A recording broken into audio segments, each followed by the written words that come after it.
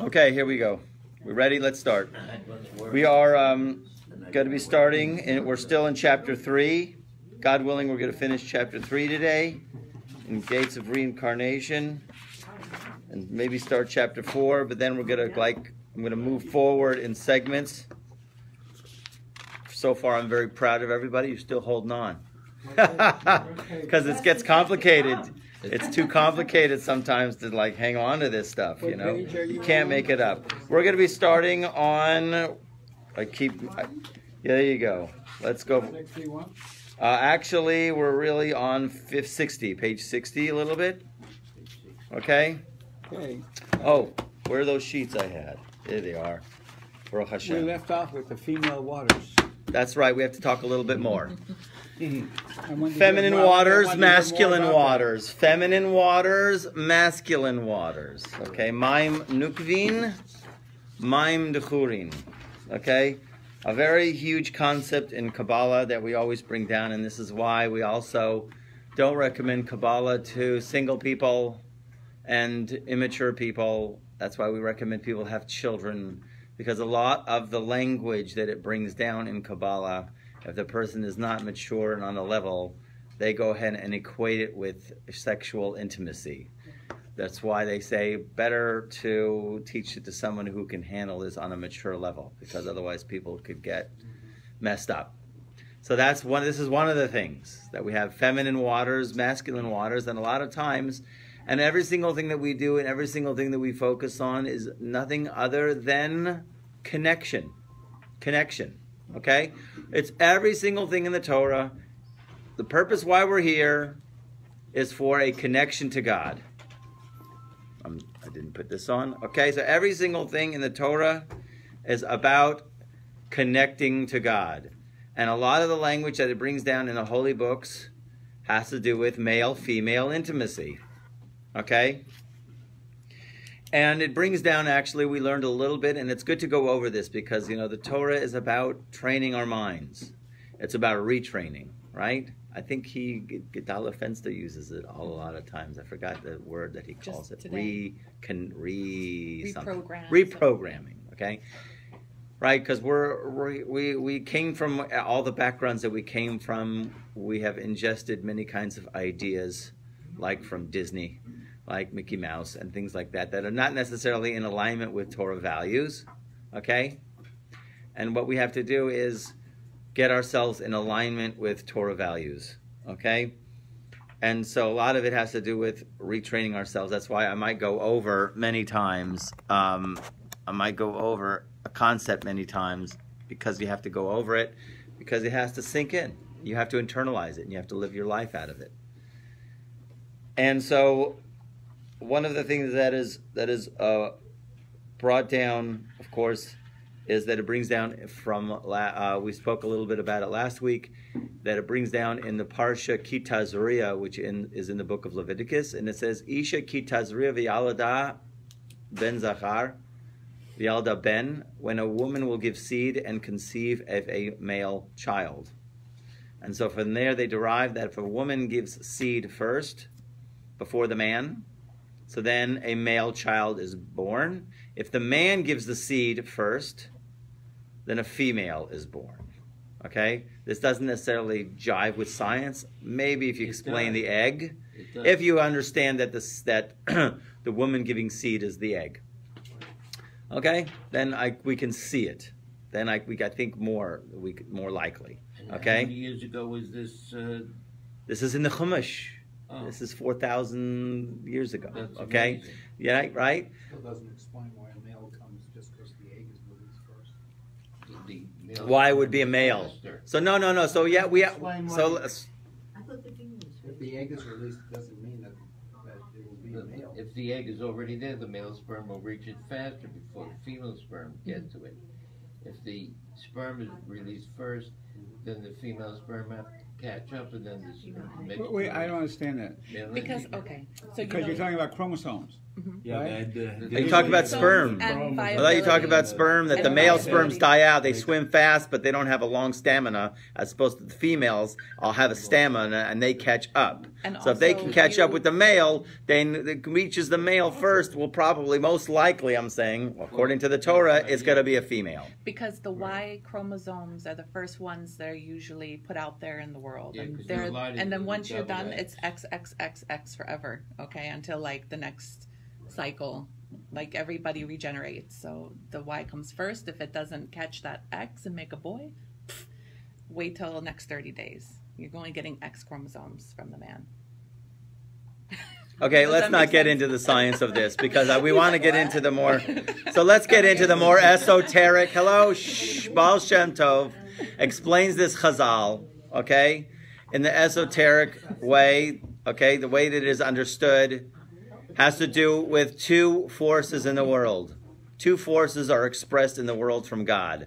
There's the force of compassion, the expression, God's expression of compassion and love, which is really what we want.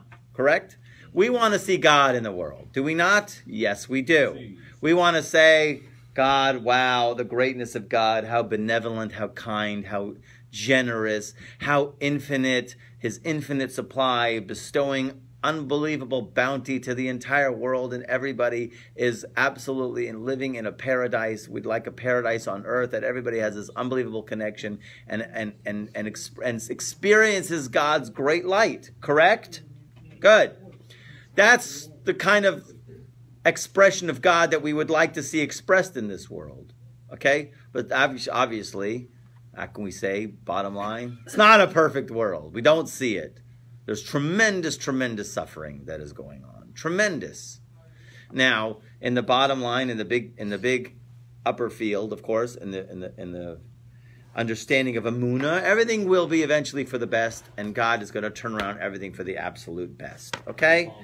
Meanwhile, we would like a more direct best. We would like to see that expression of best right here and now. So the two forces is, one is God's compassion, and then the other is the force of din, judgment.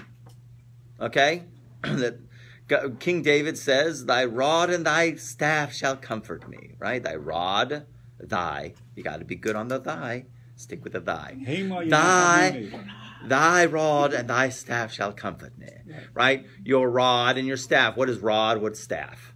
Okay, rod is, why two expressions for that? For comforting, getting the comfort from God, because God is the shepherd, and there's apparently two forms, instruments. A rod straightens the path. The sheep goes off, right? The sheep veers off the path.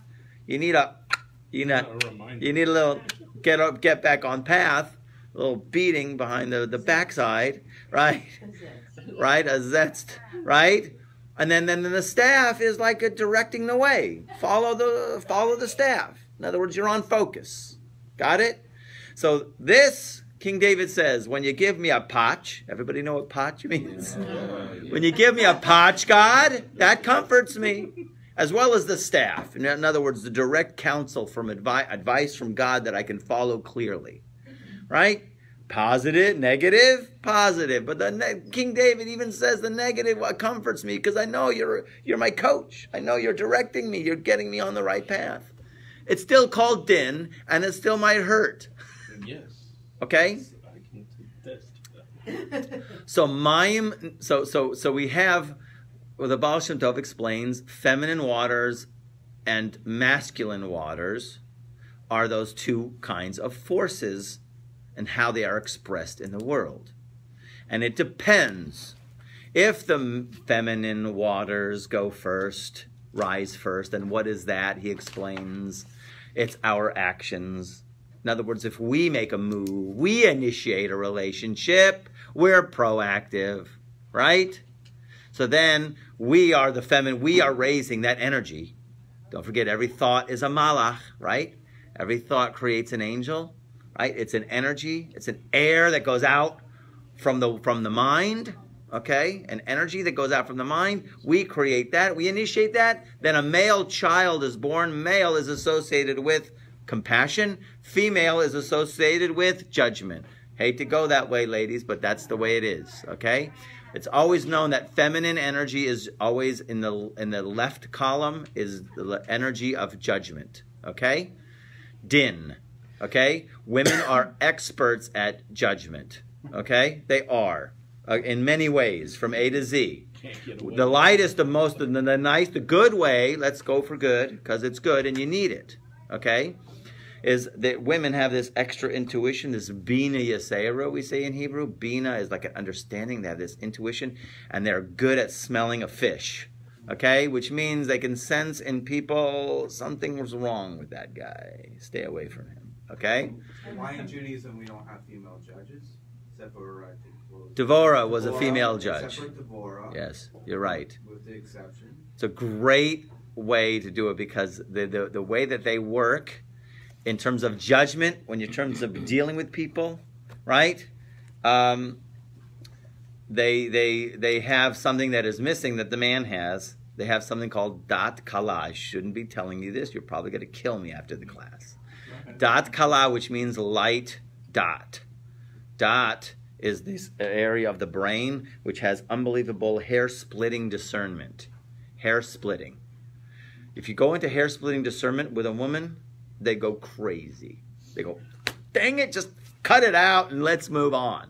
Right? They can't do, like in a men's conversation, that's why men don't learn Talmud with women, because men, they're built that way. That's just how they're built, man. Just live with it, okay? They're built with, they're into the hair-splitting discernment. Well, what if the factor is this, and we change the factor here, and maybe it's kosher, maybe it's not, but what about this case and this case? And women can, no, it's treif, throw it out, okay? So in other words, they just move in, they won't necessarily weigh all of the factors. So therefore, it's preferred. Actually, there are certain circumstances, like we have with Devorah, where she was a prophetess and as well as a judge. In most cases, we go by the discernment of the men. Okay, and the women are in the background. Okay, they're helping the men to become who they become. But the idea really here is women have this extra added ability to detect evil. Okay, they smell a fish, they smell something not right. And maybe they put their finger on it, maybe not. We see it in the Bible. Women, Sarah Imenu, she overhears this conversation between Ishmael and Yitzchak. And from that little conversation that these two kids are having, she goes to Abram and says, out. Him, the mother, out. Out. Because why? She detects something bad. Okay, and all through the women's, they're really great with that. They say, don't go out without your coat because you'll catch cold. They're always worried about the elements, and they're very much good with that. They're very much in tune with what with we call it desisting from evil. Men are usually, in general, they can have both. Everybody has got both. Men are usually aseh tov, doing good, and women are expert at desisting from evil, staying away from bad. Yes, you have a question. So the other force, compassion, is primarily a male force? No, I like I say, both forces are in. And when there was a student here a while ago who went and shared with me something interesting, how women have this innate also ability to really sense someone who's desperate and really go out after them, hands and feet. They have this ability. While men, they have a different neuroassociation, instant neuroassociation, that they're not necessarily that much compassion. Okay? In other words, both forces work. I'm just telling you, when a woman gets din, watch out. Men know this. Okay? Women police, whoa. Okay? Like, I got stopped in Israel by a woman cop, like on the road, man. She let me have it for every single little nook and cranny that was missing. She made up, whatever. She didn't make up anything. The belt, this, boom, boom, boom, hit me for all citations. Right? Judge Judy, watch out. Don't want to be in front of Judge Judy. Okay? So why did you say initially that compassion was a male trait if it's not? Compassion we know because it comes from above. And it's the male is compassion, because men are aseh tov. They're do-gooders. They come up with great ideas on how to build the world. Okay? Problem is, sometimes it's up there. There's a lots to go in. I'm not getting into whole relationships between man and woman. I just want to focus on, we look at male energy as being compassion and female energy as being feminine. And the idea really here is this. Once again, let's go back into the rule. Okay? If the women give seed first, a male child is born. So let's to retranslate that is if the Bnei Yisrael, if the children of Israel initiate the relationship, i.e. with their good deeds, with their Torah study, with their prayers, they're sending what we call feminine waters up. When the feminine waters go first, so then we say a male child, then the masculine water is born, meaning there is an expression of God's compassion in the world, which is what we want, correct? Everybody wants to see how great God is and God's compassion. God is good, right? And therefore, we don't want to initiate people to have doubts. We want that full expression of God's goodness to be prevalent in the entire world, right? But if the man gives seed first, we say a female is born. If the man gives seed first, what does that mean? If God has to initiate the relationship, he has to do something, right? Meaning God's got to move forward, even though it's a compassionate energy, but it doesn't come out that way. It's a female child that is born. What is a female child? Din is born. Din, judgment. There's an expression of a concealment. We don't see God's goodness. You understand? It results in something that is less than positive that is born first. It's kind of like, don't make me come down there. Exactly. In other words, wake up. Wake up. Bottom line, we're all here to wake up. And part of that waking up is you have to train yourself to initiate the relationship in God. You have to do your hitbodedut. You have to do your private conversation with God for an hour a day. Initiate the relationship. Step forward. If you have that coffee with God once a day, he doesn't have to wake you up to have a relationship with him. Okay? It comes from our initiating. If we don't initiate, then God's got to send something to wake you up and get you on track. Yes, King David says after the fact, your staff and your rod and your staff comfort me. Ow! Thanks, God. I know that you're keeping me in track with what I'm supposed to be doing. But that's not the optimal way. So here we have the idea here is the unbelievable Maim Nukvim that we spoke about on page 59. Okay? We spoke about it last week, right? That actually Maim Nukvim, here if you look at the note again, we'll read it again. Maim Nukvim means feminine waters. The holy sparks are strewn throughout the levels and dimensions of creation. Our suffering, God forbid, our learning of Torah and performance of mitzvah liberate these sparks from the klipot that imprison them. Okay, so what are the klipot again? They're klipot on many levels. Klipot are anything that is external. Klipot are anything like physicality, physical things are considered to be klipot if they distract you for long periods of time. Like us trying to get on the internet too long, trying to get connected to the Wi-Fi, klipa. Certain extent you got to let go of it. That's called klipa. When you try to get distracted off topic, now prevalent are people who are involved in video games for 8, 10, 12, 20 hours at a time. That's called klipa because why? You're not on track with what you're supposed to be doing here. So the klipot are made, they're meant to be, to distract us. I call it in another language, it's the illusion of something else other than God. Okay? The illusion, evil is really the illusion of something else other than God. It's an illusion. It's a real one. It's very distracting, and there's many things that entice us on different levels to get distracted and get off our goals. Okay? So going on. Then the holy sparks, so there's holy sparks in the klipot and everything, very hard door to close. Then the holy sparks ascend upward to reunite with the sources of supernal light. When this happens, they cause, listen to this, and this is how it works, folks, all the time.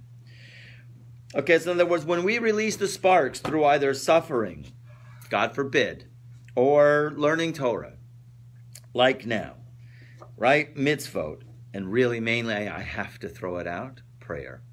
Tefillah is the main maim nukvin. And we'll get to, okay? But what happens is then we release these sparks, feminine release. And what happens is that makes in this cosmic realm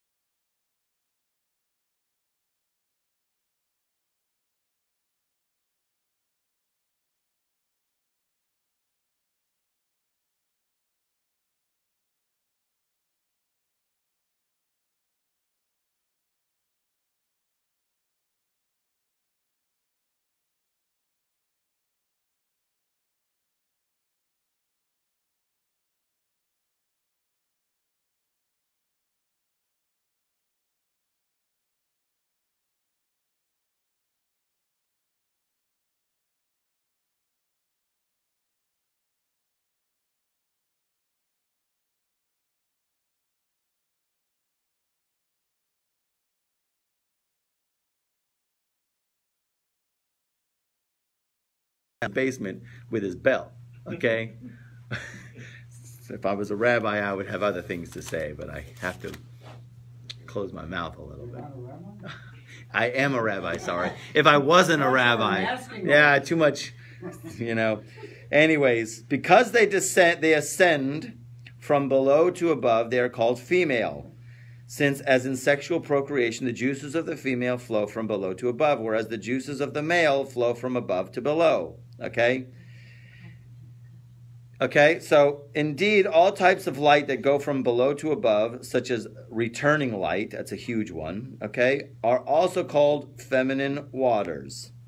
The classic abbreviation for Maim Nukvim is Memnun Man, okay, which referred to as man, which not the manna that came down from the desert, but man, which means Maim Nukvin, feminine waters.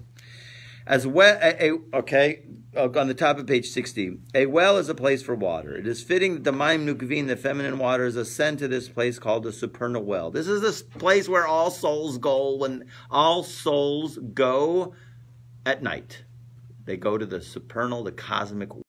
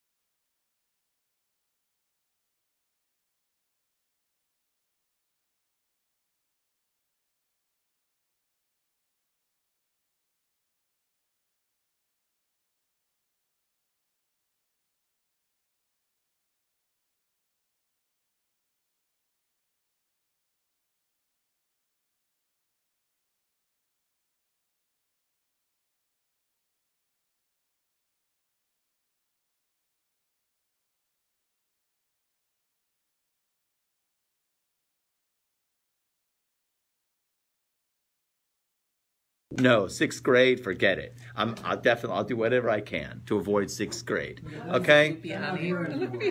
What? What's the word for masculine? In Hebrew, it's zachar. Wait. But in Aramaic, zachor. No. Nukvi, what is it? Maim nukvin is feminine waters. Nukva, from nekeva. And then duchrin really comes from the Hebrew. The original Hebrew is zachor. But Aramaic, zayin and dalet are interchangeable. So it's an Aramaic term meaning maim duchrin.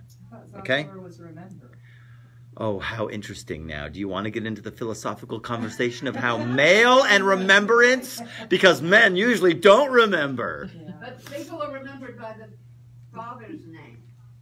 That's how you remember where you came from. Listen, it's a great question that you ask. I'll give it to you in a nutshell, okay? Why is Zachor, right, which is Maim Duchrin, which comes from the Zechira, is the same as memory, okay?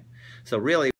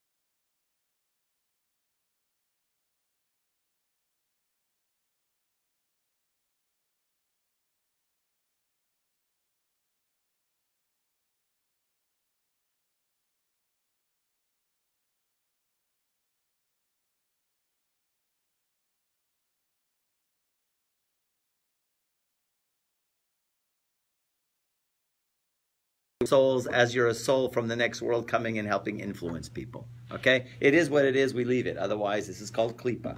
You're tampering too much with stuff, it's klipa. Okay? Stay away from the klipa. Okay? So, these matters are known from, I'm going on page 60. These matters are known from Shara Tefillah, which is in the Shara Kavanot of the Ari, in the section about going to sleep at night. A lot of different things. He's going to help us just very simply here. When he awakens in the morning, okay, so what happens is his soul, his neshama, goes up. And when he sleeps, okay, the soul leaves the body, okay? Now, if he plays it right, and he has a very serious focus in mind that I need this. I need this. In other words, the world needs me, right? The world is depending upon me to fix. Rabbi Nachman says, there's a classic chazal from the Gemara in Sanhedrin. Everybody is obligated to say, Bishvili nivra ha'olam. For me, the world was created. For me, the world was created. Not the world was created for me, therefore I own the world. Where's my yacht? Okay? That's not what it means. It means, for me, the world was created in order to fix. You were sent down here, and you have to look at it as if you are alone in this world. Everybody else are just players in a stage, and you have to look and see what the world is lacking and pray for it and yearn for it and take responsibility to fill it. Take responsibility.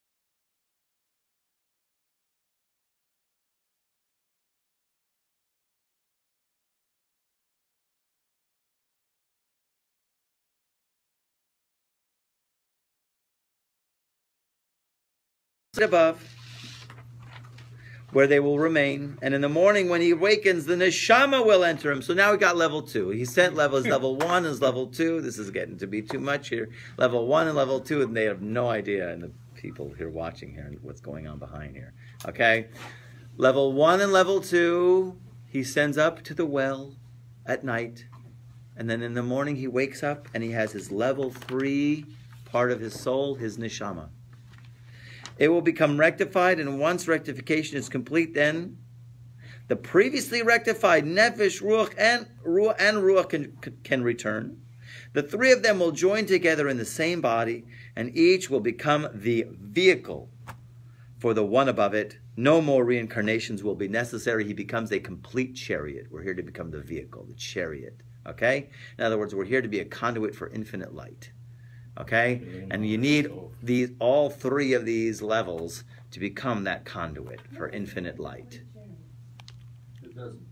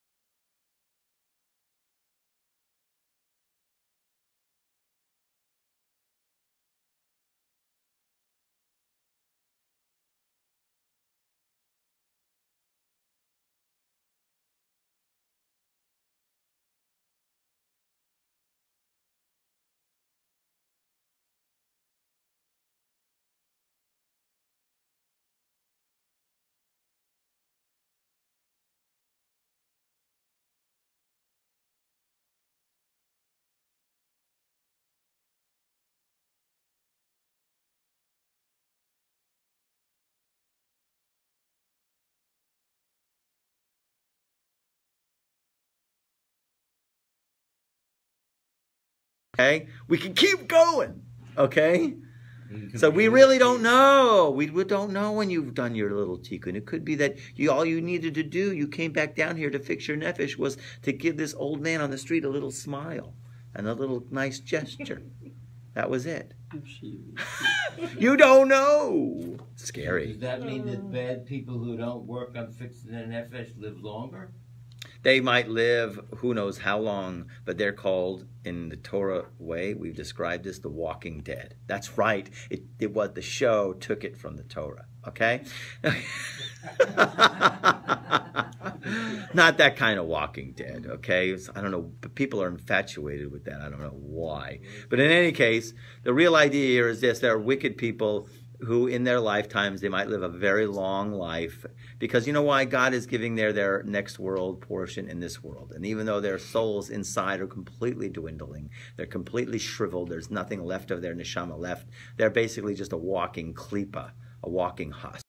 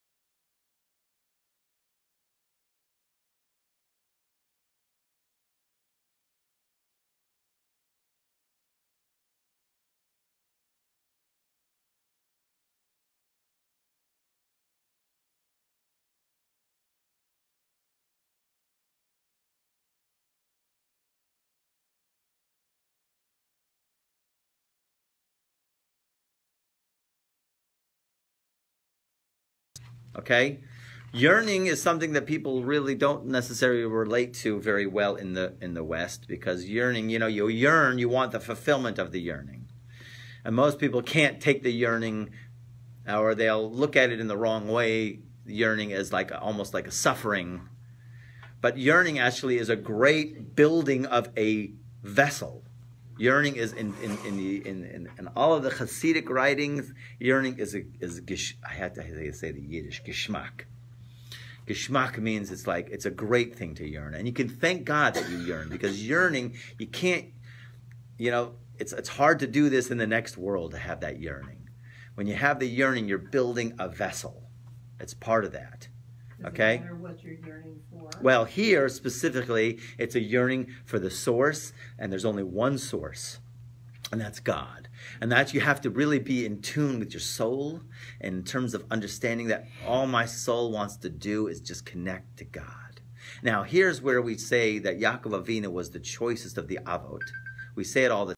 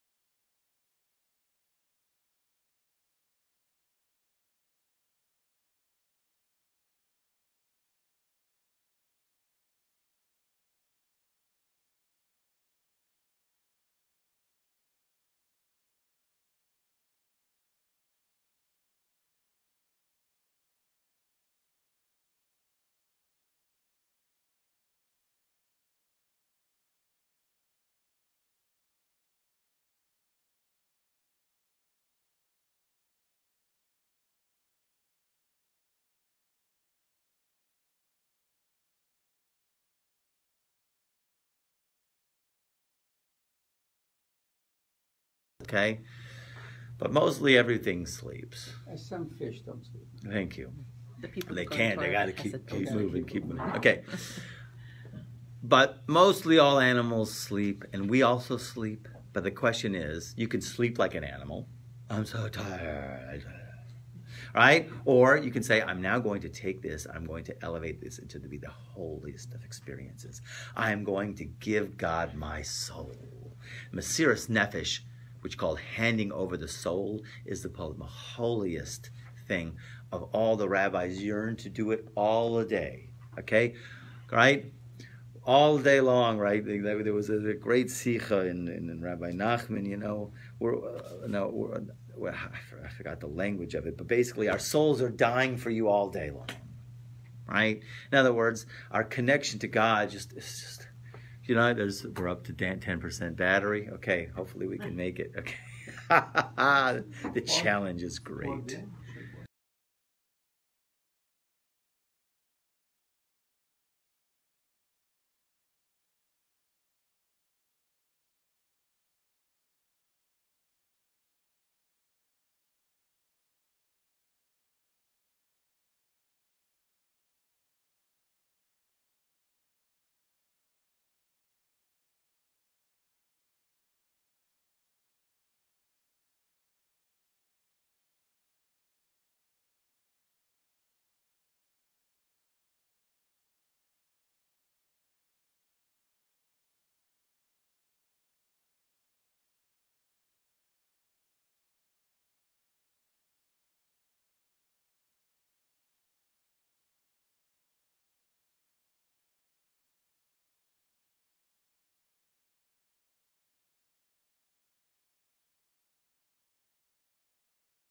Sparks cause the upper partsufim. We spoke a little bit about what partsufim is, but you just have to take it for that upper cosmic forces. We'll call it that.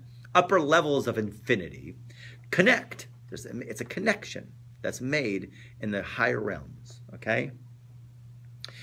So the holy sparks cause the upper parts of him to unite together to make this zivug. Thus they draw light down from above to the lower vessels. We, like a rope that extends all the way through the spiritual dimensions, way up high, we shake the rope down here, it shakes, it reverberates up there, rings the bell, makes a connection up there, an unbelievable connection that gives birth and brings down something down here. It's a circuit, okay? The strength of this yearning, and you have to build up that yearning, and you have to work on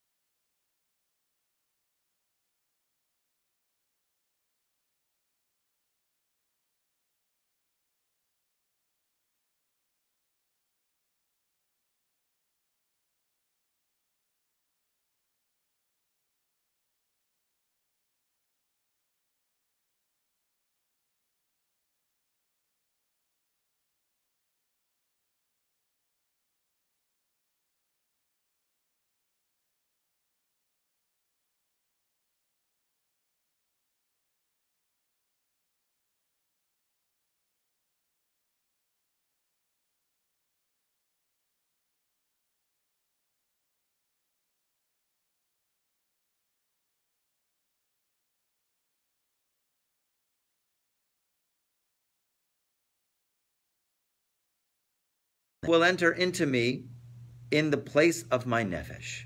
Okay? So in the morning, when it comes time for the nefesh to descend once again, and it does not, then my ruach can enter within me instead. This is why it is not his nefesh that seeks for you in the morning, right? Because this is really the ruach now. In other words, now it's the ruach's job to go ahead and effect a tikkun. We don't really know this. You cannot really sense this, okay? But unless you really try it at home, folks, okay? In other words, at night, take this, say this verse, develop a kind of a yearning at God. You've always been for me my whole life. Everything for you. I don't want to hold anything back. I want to give you my soul now. And then see how you feel in the morning, okay? Yeah. So what word in the Hebrew here, in this document you gave us, Yeah. implies you?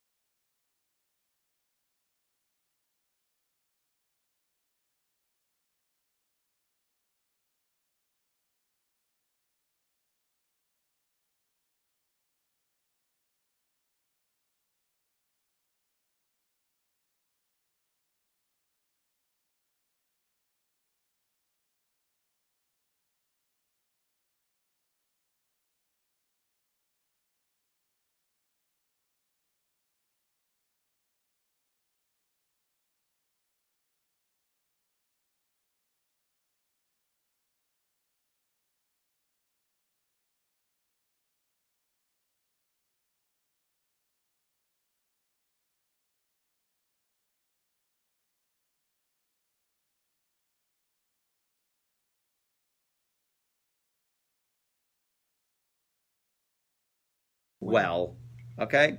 So he just wants to show you, here's the hint in that. Okay?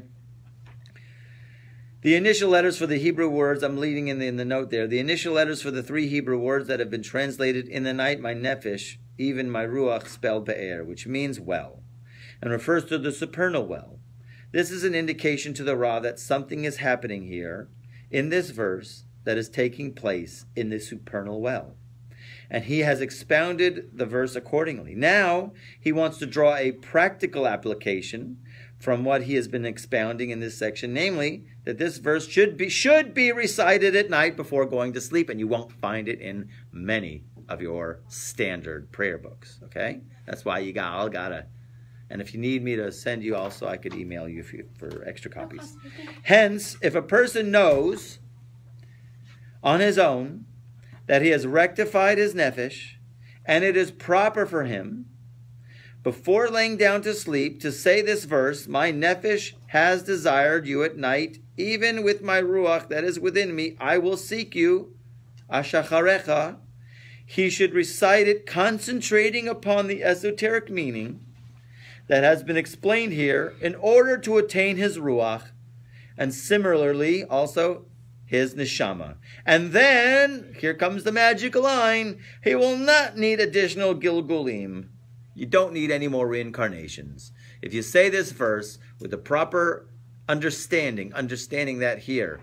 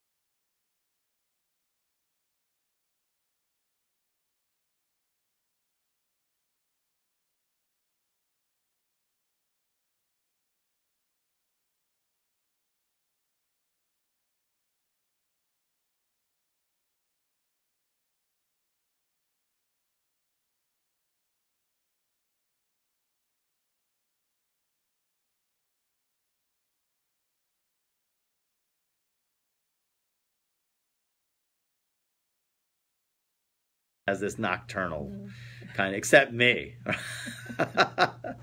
All Taishers are like that, okay? But Yoni was like massively, okay? So he goes to the Caliph Rebbe, and the Caliph Rebbe instructed him to say this verse at night, and it helps with sleep, okay? The reason for the recitation of this verse is similar to what we have been explained in this section, but not exactly. The Rav will now explain the differences between them and why both verses, right, need to be recited. Okay, so here we go, the second verse, and that you do have it on the sheets that I handed to you. However, the verse that we are accustomed to say, which is Biyadcha afkid ruchi, in your hand will I deposit my soul. And we do say this at night also. Very important. This is the aspect of Mesiras Nefesh. This is a special opportunity that you can take a mundane daily activity that doesn't seem to be anything different than the animals. You can make it the most holiest of holies because God, I want to give you my soul. And that is a great thing to do, okay?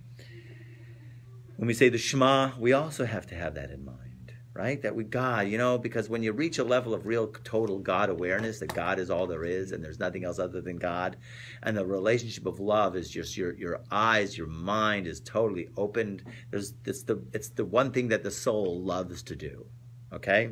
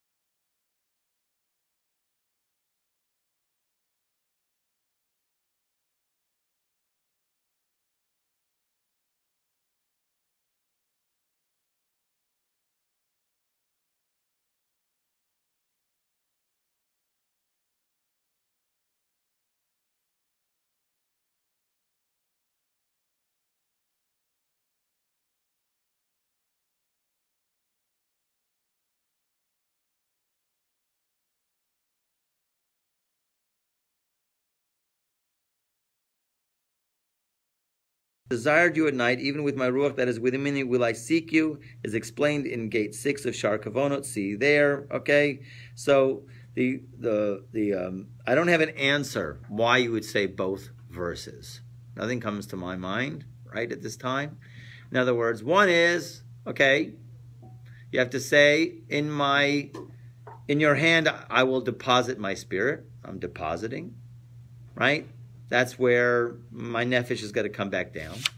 That could be if a person is completely clear that he has not completed his nefesh yet. Okay? That's if the person knows. And of course, the second verse, as we read here, Nafshi ivisicha balayla, my soul has yearned for you, and then my ruach will come in its place. The switch, the verse that implies the switch, of course, is a verse which basically indicates that a person knows that his nefesh is complete. Okay? But of course, what I say is, and I think this is the answer, we don't know. You don't know when your nefesh is complete. You don't know. We don't know